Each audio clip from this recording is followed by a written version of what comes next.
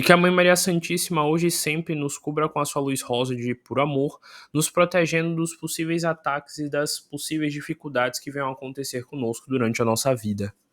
Ave Maria, cheia de graça, o Senhor está contigo. Bendita sois vós entre as mulheres. Bendito é o fruto do vosso ventre, Jesus. Santa Maria, Mãe de Jesus, rogai por nós, buscadores de conhecimento, agora e na hora do nosso desenlace, que assim seja. Boa noite a todos, sejam muito bem-vindos a mais uma reunião de estudo aqui do Centro Espírita Os Humildes de Jesus. Hoje eu vou continuar na nona palestra da gente sobre o tema de autodefesa psíquica, porque como eu já venho falando para vocês há algumas semanas, eu acho esse tema muito importante, afinal, a gente lê muito aqui no Kardecismo, no Livro dos Espíritos, nos Médiuns, até no Evangelho, sobre essa relação com o mundo espiritual. Mas eu gosto de trazer esses fatos aqui concretos de como é na realidade viver ou passar por um ataque espiritual, porque isso nos ajuda a perceber quando isso estiver acontecendo com a gente. É muito comum a pessoa começar a se sentir cansada, desanimada, ou então ela sentir uma energia ruim depois de conversar com alguém, e se ela não perceber que aquilo talvez seja um ataque energético, talvez ela não saiba como reagir e se proteger energeticamente daquilo, e ela possa acabar por ficar sob o jugo da influência dessa pessoa. Então essas palestras aqui, principalmente as 4 primeiras que eu já fiz, acho que já tem quase um ano que eu já fiz, elas são essenciais para você aprender a controlar a sua mente, a você entender os seus pilares emocionais e você compreender quando e como as pessoas atacam a sua mente e a sua forma de você se ver e de se conhecer. Então, eu, como sempre, vou continuar aqui a leitura do livro Autodefesa Psíquica, de John Fortune. Como eu falei para vocês, tem vários trechos aqui do livro onde pode ser interessante para vocês, médiums, aprenderem a como criar barreiras mentais para esses ataques. Eu já li alguns outros textos nas últimas palestras nossas, e então aí eu vou dar essa continuidade hoje aqui para a gente continuar a entender todo esse tema.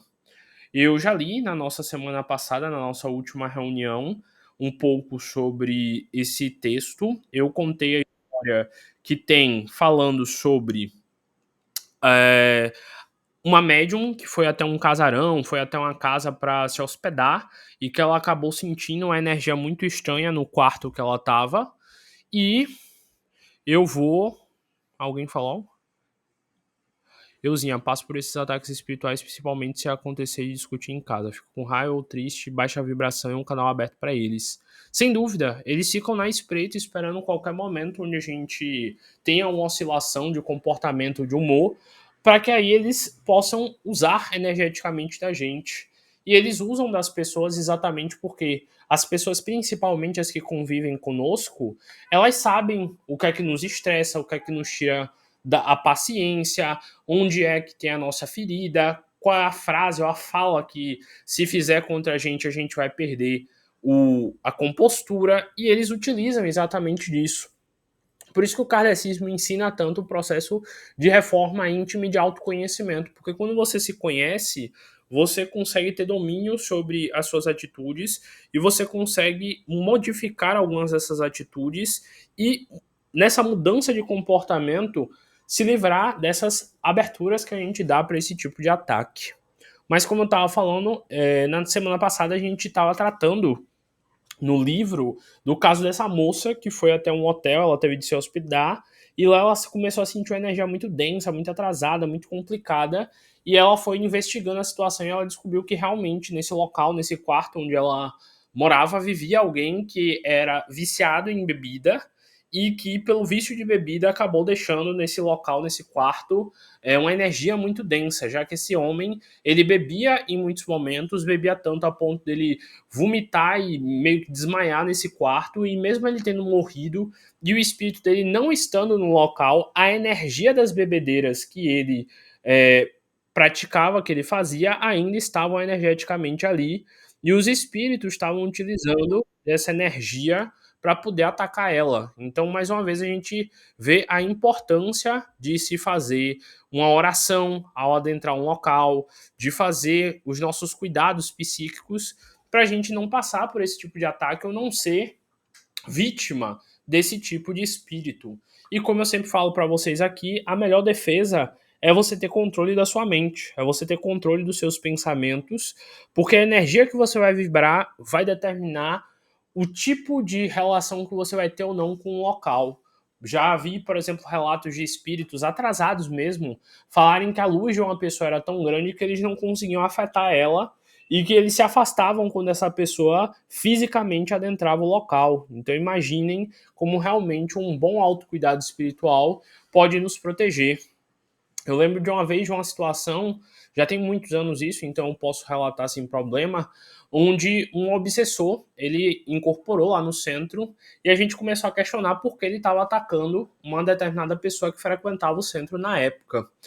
E aí ele falou que ele era um obsessor de um familiar dessa pessoa, não dela em si, mas devido ao fato dela estar frequentando o centro, dela estar fazendo orações, dela estar fazendo o evangelho em casa, dela estar tendo práticas espirituais em casa, esse tal obsessor ele estava se enfraquecendo, porque a energia da casa estava começando a ficar limpa, e ele estava começando a perder o efeito que ele tinha de obsessão sobre essa familiar dela que vivia na casa. Então, o obsessor ele começou a atacar ela não por ter ódio por ela, não por ter um rancor por ela, não por qualquer coisa relacionada a essa pessoa em si, mas sim porque esta pessoa, por estar frequentando o centro espírita, estava atrapalhando energeticamente a atuação desse espírito sobre essa tal pessoa. E eu lembro que esse espírito, quando ele incorporou, depois ele foi doutrinado, aceitou ajuda, virou até um espírito bom e começou a proteger e auxiliar essa pessoa no desenvolvimento espiritual dela. Ele falou que depois que ela começou a fazer o processo de ir para o centro espírita, fazer o culto do evangelho no lar, esse obsessor não conseguia mais entrar na casa dessas pessoas. Simplesmente porque, ao estar fazendo as orações, ao estar fazendo o culto do evangelho, ao estar fazendo leituras boas e pensando coisas boas, elas, sem perceberem, fizeram uma barreira energética de proteção na casa.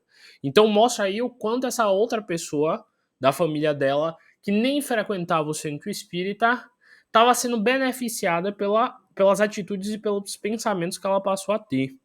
E esse espírito falou o seguinte, que ele não conseguia mais entrar nessa casa porque ficava um espírito perto dessa casa, na porta dessa casa, que não deixava ele entrar. Que a pessoa, quando saía de casa e ia pra rua, ela, por continuar no erro dela, esse espírito acompanhava ela e conseguia passear com ela, atordoar ela e tudo mais. Mas quando ela entrava em casa, esse espírito tomava um choque energético e ele ficava fora de casa e ela entrava. Tanto que a pessoa relatou que nessa época esse familiar dela começou a querer sair mais, começou a querer ficar mais tempo fora de casa, começou a beber fora de casa e ficar muito tempo fora, só chegava para casa bêbado, bêbada. Então imagine aí, o espírito estava começando a fazer essa pessoa ficar longe de casa e começar a brigar com essa familiar exatamente para criar desentendimento e baixar a densidade energética do local. Então, mais uma vez, muitas coisas vão acontecendo e a pessoa, por não ter uma noção, ela não percebe qual o motivo daquele atrito, qual o motivo daquele desentendimento e o que está realmente influenciando a situação.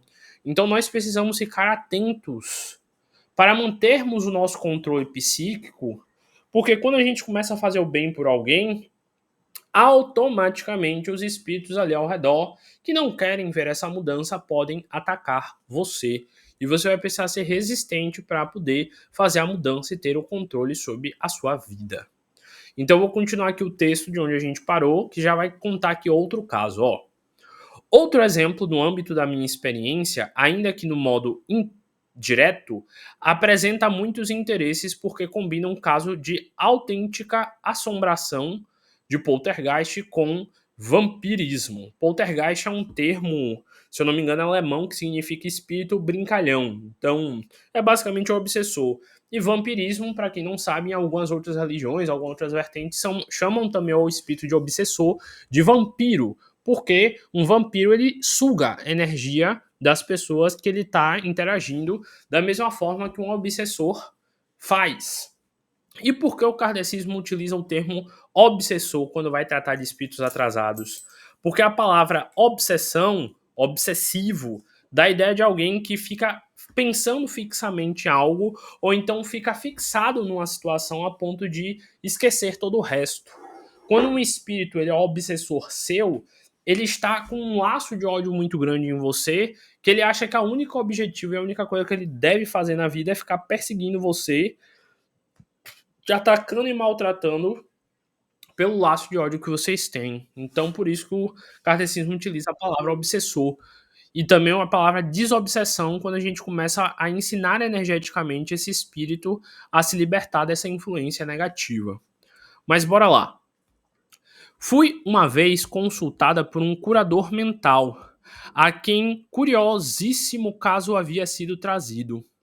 Algumas pessoas caridosas haviam levantado fundos para a organização de um lar de bebês abandonados, e uma casa apropriada havia sido adquirida nos arredores de uma aldeia não muito distante de Londres.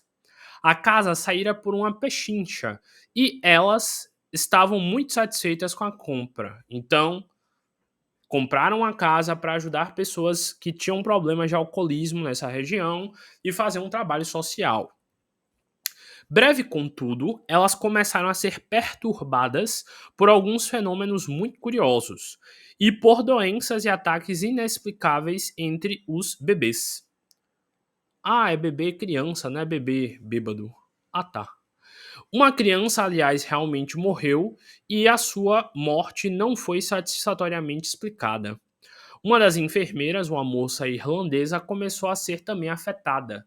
Os celtas são notoriamente suscetíveis às influências psíquicas e são sempre os primeiros a serem afetados. Então tá falando aqui no sentido de que ela era irlandesa, então provavelmente ela tinha uma mediunidade associada à ancestralidade dela druídica. Por isso que tá aí tá citando os celtas e os povos lá tribais. Observe-se que os bebês sofreram primeiro os ataques, uma vez que a sua resistência é baixa, se comparada de um adulto, e que depois o mais sensível dos adultos foi afetado, o celta irlandês. Então, a gente vai ver aí que quando os espíritos eles querem fazer ataques espirituais, eles vão procurar a pessoa mais fraca da casa. No caso aqui, por exemplo, um bebê, vai deixar o bebê doente. Ou então seu gato, seu cachorro vai ficar doente do nada e vai começar a lhe dar problema e preocupação, o que vai abaixar a sua energia. Ou então se na sua casa tem uma pessoa que bebe muito, ou então uma pessoa que vive brigando, que vive reclamando, que vive depressiva, vive triste, ela vai ser o elo mais fraco da casa para poder adentrar essas espíritas, essas energias espirituais atrasadas. Então a gente tem que ter muita atenção com essas pessoas e fazer sempre orações com elas e tentar auxiliar elas a melhorarem se elas estiverem dispostas a essa tal melhora. E aí continua. Em várias ocasiões, ouvia-se o som de uma carruagem e de um cavalo chegando pelo passeio, mas quando a criada ia abrir a porta, nada havia para ser visto. Em breve, o fantasma tornou-se ainda mais forte e começou a empurrar o carvão de um lado para outro no anexo da casa. Ele revolvia várias toneladas de carvão durante a noite, e os ocupantes da casa ficavam arrepiados em suas camas enquanto torrões de carvão batiam e ribombavam nas paredes do depósito. Quanto ao porquê dessa manifestação particular ocorrer, não posso oferecer nenhuma sugestão. Então, a gente sabe que existem os espíritos que trabalham com efeitos físicos. Eles fazem zoadas, eles fazem movimentações físicas para assustar. Vamos dizer que você está dormindo em casa de noite e do nada você ouve que algo caiu na cozinha ou caiu em outro cômodo. Geralmente a pessoa sente o quê? Um medo, um receio. Oxi, o que é que derrubou? Quem é que tá fazendo essa zoada lá dentro na cozinha? Então, já é um processo de indução ao medo. Afinal, por você ficar com medo da zoada que você ouviu, da situação que você ouviu, você já fica tenso e você já tá dando energia para esses espíritos. Então, faziam zoadas nesse celeiro, nesse local com carvão perto da casa para já deixar as pessoas tensas. E aí continuou. Em várias ocasiões, pessoas diferentes viam um estranho homem atravessando o corredor e imediatamente depois as crianças adoeciam. Então, pessoas que estavam trabalhando lá à noite, acordadas, cuidando dessas crianças, viam esse tal homem, viam essa tal figura, ela sumia no ar e, do nada, após essas aparições, as crianças ficavam terrivelmente doentes. Finalmente, em acréscimo a todas as outras confusões, fogos misteriosos começaram a arrebentar por toda a casa. Uma cesta de roupa branca, nune, num quarto vazio, foi encontrada em chamas. As cortinas fumegavam. Enquanto isso, a infeliz enfermeira irlandesa ia de mal a pior, fraca demais para levantar-se da cama e apresentando os sinais de uma avassaladora loucura. Então, o médium da casa, a pessoa que tem uma sensibilidade, também tende a ser mais atacado. Se sente cansado, fica gripado o tempo inteiro, com a garganta inflamada, doente, começa a se sentir cansado, sem disposição para fazer nada, começa a sentir um desânimo muito grande. No caso, essa daqui ficou doente de cama e ainda começou a ter alucinações. No caso, a mediunidade dela percebendo e sentindo as presenças naquele local. E aí continua. Poder-se-ia sugerir que alguma pessoa malévola ou demente estava no fundo da confusão, mas é difícil saber que força humana poderia remover ou teria removido com as mãos a carga de um caminhão durante a noite. Então, olha aí, estava assumindo coisas pesadas, coisas complicadas de serem explicadas por humanos. E o mais interessante, Francisco, vamos dizer que eram pessoas para assustar. Tá, por que essas pessoas iam lá pra assustar um lar de bebês? Por que essas pessoas iam lá e não roubavam um objeto sequer? Por que do nada essa pessoa surgia e sumia no ar? Como é que ela conseguia fazer isso? Francisco, vamos dizer que alguém estava assustando para poder comprar a casa. Tá, mas por que as crianças ficavam doentes? Por que do nada a enfermeira ficou doente? Então, assim, antes de fazer esses relatos, eles faziam pesquisas, eles buscavam ver se não tinha um motivo lógico para não também contar uma história e ficar desacreditado. Continuando. A superintendente da casa interessava-se pela cura mental e conhecia bastante o lado mental das coisas para compreender que algo irregular estava acontecendo na casa pela qual era responsável. Ela consultou um curador mental que, por sua vez, me consultou. Então, ela chamou a ajuda de alguém espiritual, espírita, sei lá, médium. E esse médium também não soube como resolver e recorreu a essa moça aqui que escreveu o livro. E aí continua. Fiz um diagnóstico psíquico do caso e relatei que, em minha opinião, a casa tinha sido ocupada em certa ocasião por alguém que possuía conhecimento de ocultismo e que, estando no caminho da mão esquerda, relutava em ter que enfrentar o seu quinhão de purgatório após a morte do corpo físico. Então, vou trocar em outras palavras aqui. Ela provavelmente, através da mediunidade dela, começou a sentir a energia do local.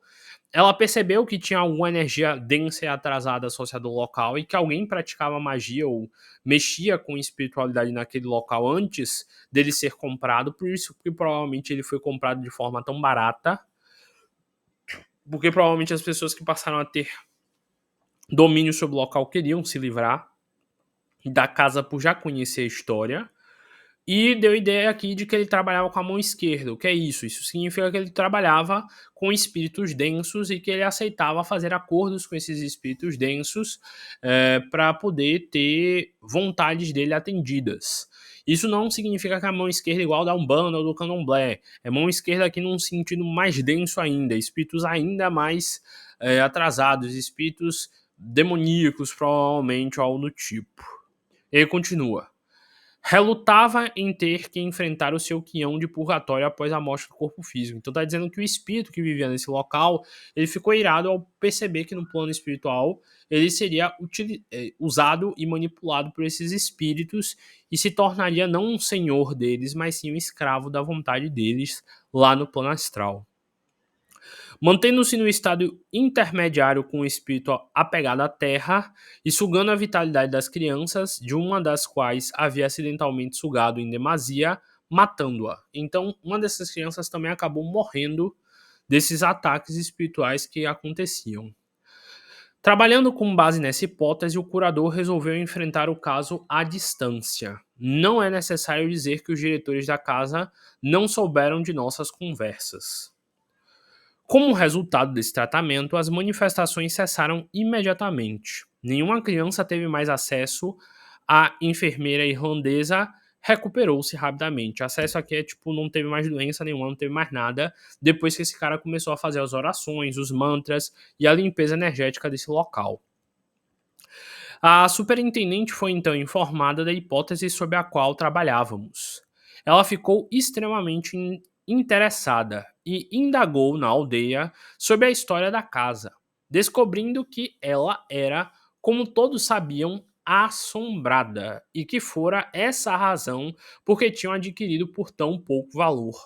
Nenhum inquilino podia ficar por muito tempo naquela casa, e essas enfermidades exaustivas e misteriosas eram constantemente registradas por quem passava a morar lá. Transpirou também que cerca de 70 anos antes, a casa fora ocupada durante muito tempo por um homem que era visto de esguelha por seus vizinhos, pelos caminhos esguelhando, é tipo, como é a palavra, esqueci. Mas ele ficava pelas beiras olhando o povo. Um personagem excêntrico e misterioso que parecia estar empenhado em alguma pesquisa que necessitava de utilização de um laboratório, ao qual ninguém jamais tivera acesso e no qual ele trabalhava à noite. Então, era um cara que trabalhava com magia, ele fazia essas magias à noite e todo mundo sabia que alguma coisa estranha ali acontecia, mas nunca enfrentaram ele por medo. Então, olha aí, mais uma vez, o que os médiums e as pessoas espiritualizadas sentiram em relação ao local depois foi constatado pela própria população. E depois desse tratamento de limpeza energética, as crianças passaram a não ter mais doenças e a enfermeira também ficou boa. Tanto que é muito comum nesse tipo de trabalho, às vezes as pessoas que estão lá trabalhando, enfim, nem sabem que uma limpeza espiritual está sendo feita. Porque às vezes a pessoa é contratada para fazer a limpeza espiritual, ou chamam ela para fazer a limpeza e não avisa ninguém. Exatamente para ver se isso realmente teve efeito ou se foi uma sugestão falada. Ó, eu tô fazendo aqui a limpeza espiritual e as pessoas sentirem que mudou alguma coisa. Então, fizeram essa limpeza aí, provavelmente sem nem a tal enfermeira saber, muito menos as crianças iriam saber ou algo do tipo, afinal eram bebês.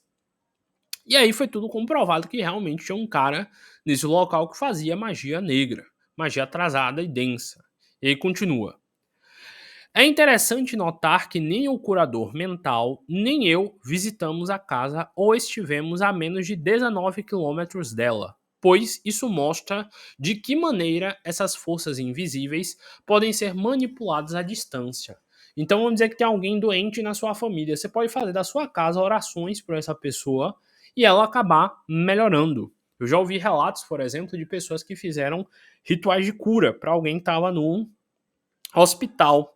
E essa pessoa ela não acreditava em absolutamente nada de espiritual, duvidava e tudo mais, mas ela relatou exatamente no dia e na hora que a pessoa estava fazendo o ritual de cura, que ela viu no quarto dela um ser parecendo um anjo esverdeado jogando folhas sobre a cama dela e que ela sentiu uma melhora muito grande depois disso daí e que ela começou a ter uma melhora no caso dela.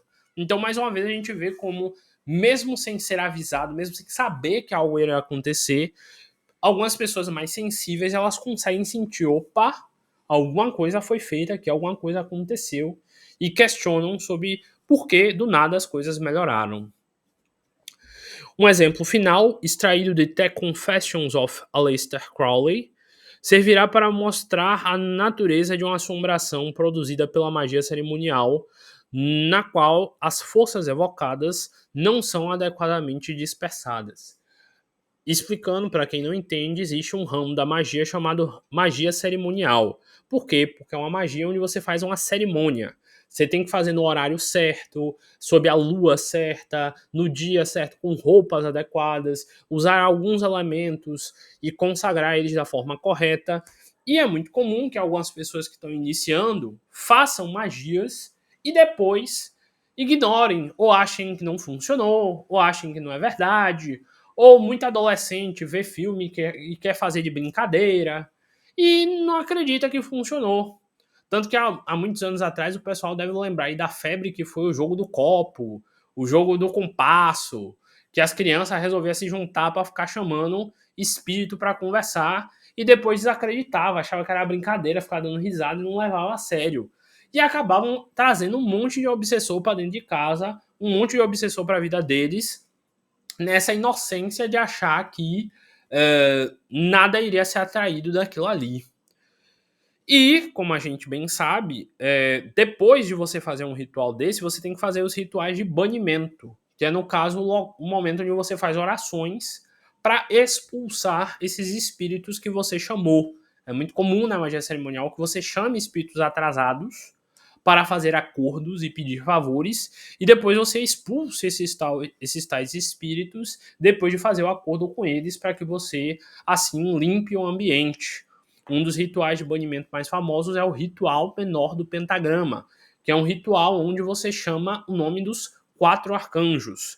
Você se vira para a direção onde o sol nasce, você faz um pentagrama na sua mente, você chama os 4 nomes de Deus para cada um dos pontos cardeais e você chama os 4 arcanjos para cada um dos pontos cardeais. E aí, geralmente, você pede para esses anjos limparem o ambiente onde você mora, onde você vive, de qualquer energia e afastar os espíritos que você chamou anteriormente.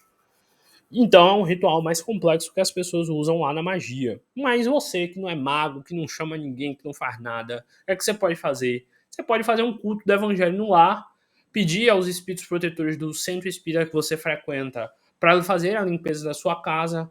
Você pode, por exemplo, tomar um banho de alguma erva que você goste, de alfazema, sei lá, de alguma erva que você sentir na sua intuição que é boa para limpeza. Você pode fazer orações pela sua casa em voz alta. Você pode ler o Salmo 91 se você gostar. Tem várias formas de você fazer a limpeza da sua casa. Você tem que sentir a sua intuição e a forma com que você sente que você deve fazer essa limpeza. Para que assim você garanta que a energia daquele local realmente está límpida. Tanto que era muito comum, antigamente no catolicismo, as pessoas terem um oratório dentro de casa, terem sua própria imagem de um santo e acenderem velas de 7 dias e fazerem orações todos os dias. Elas estavam fazendo a limpeza energética da casa delas sem nem perceber. Então, se você quiser e tiver como, todo dia é bom você ter um momento de meditação, um momento de oração na sua casa para você limpar essas energias. Então, é super importante você ter esse cuidado energético. Tá, Francisco, na minha casa eu limpo direitinho, mas você sabe, eu vivo com outras pessoas, e aí?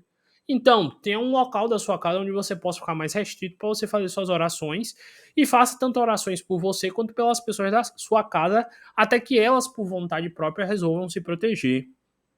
Tá, Francisco, mas e num local de trabalho? Tá, realmente, lá você não vai dar para fazer orações em voz alta, você não vai poder professar sua fé de uma forma tão profunda, mas antes de começar o trabalho, você pode fechar os olhos um pouquinho, respirar, fazer um Pai Nosso, pedir uma proteção e continuar seu dia de trabalho. Ah, Francisco, mas eu vou me olhar torto. Vai no banheiro do trabalho, faz umas orações e mentaliza pedindo para que o anjo guardião de cada um dos seus colegas de trabalho proteja o local e que vocês tenham um bom dia de trabalho. Qualquer energia boa que você estiver produzindo de proteção vai ser boa para evitar os ataques dos espíritos. E sempre tenha a sua mente equilibrada, tranquila, sempre tenha uma boa vibração, que essa é a maior proteção de todas. Mas continuando aqui o texto. Lendo aqui, no caso, um trecho retirado desse livro de Aleister Crowley. Os demônios relacionados com Abramelin não esperam ser invocados. Eles vêm mesmo que não os desejemos. Abramelin é um ritual que é utilizado na magia cerimonial. Não vale a pena eu ficar explicando aqui essas coisas, mas basicamente está dando a entender o que aqui? Que se você tem pensamentos negativos e densos, você querendo ou não, você tá chamando espírito atrasado para sua casa. Então, de novo, é importante você ter pensamentos bons, porque essa é uma grande barreira. Ele continua. Uma noite, Jones e eu saímos para jantar. Percebi que, ao deixar o templo branco, que o trinco de sua fechadura e eu não havia sido travado. Por isso puxei a porta e a testei. Quando entramos, percebemos sombras semissólidas nas escadas. Toda a atmosfera vibrava as forças que tínhamos utilizado. Estavam tentando condensá-las em imagens sensíveis. Quando retornamos, nada havia sido alterado no apartamento, mas a porta do templo estava completamente aberta, a mobília desarrumada e alguns dos símbolos espalhados pelo quarto. Restauramos a ordem, colocamos tudo no local e então observamos que seres semimaterializados estavam marchando em torno do quarto principal numa procissão interminável. Então, eles fizeram um ritual, parece que eles não limparam energeticamente do jeito certo, e isso acabou atraindo espíritos zombeteiros que queriam acabar com o local e bagunçar tudo ali. E eles usaram da energia que estava no local exatamente para bagunçar e derrubar os móveis e bagunçar as coisas. Quando finalmente deixei o apartamento para ir à Escócia, descobriu-se que os espelhos eram muito grandes e que só poderiam ser retirados pelo caminho do Templo Negro, que é outro local também utilizado na magia cerimonial. Esse foi, é claro, completamente desmontado antes que os trabalhadores chegassem, mas a atmosfera permanecia e 2 deles ficaram fora de ação por várias horas. Era uma experiência constante, aliás, ouvir falar de visitantes casuais desmaiando ou sendo atacados de tonturas, cãibras ou apoplexia na escada.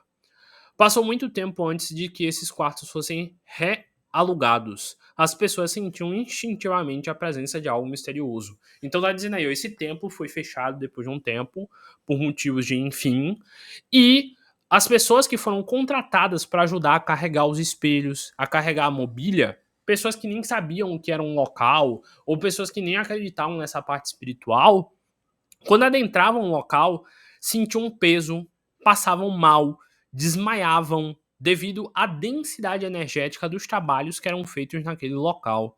Deixou bem claro aqui também que demorou meses até alguém alugar o apartamento, porque todo mundo que ia visitar para alugar o local sentia uma energia tão ruim que pulava fora e não queria viver no local de jeito nenhum.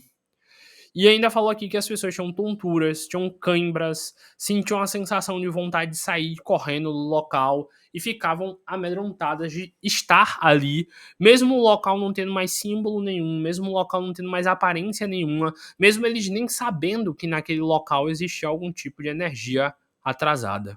Então, percebam aí do como realmente locais têm energias e as pessoas sentem e às vezes percebem ou nem percebem.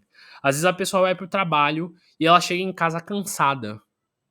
Mas no trabalho não aconteceu nada que realmente fosse a deixar tão cansada assim.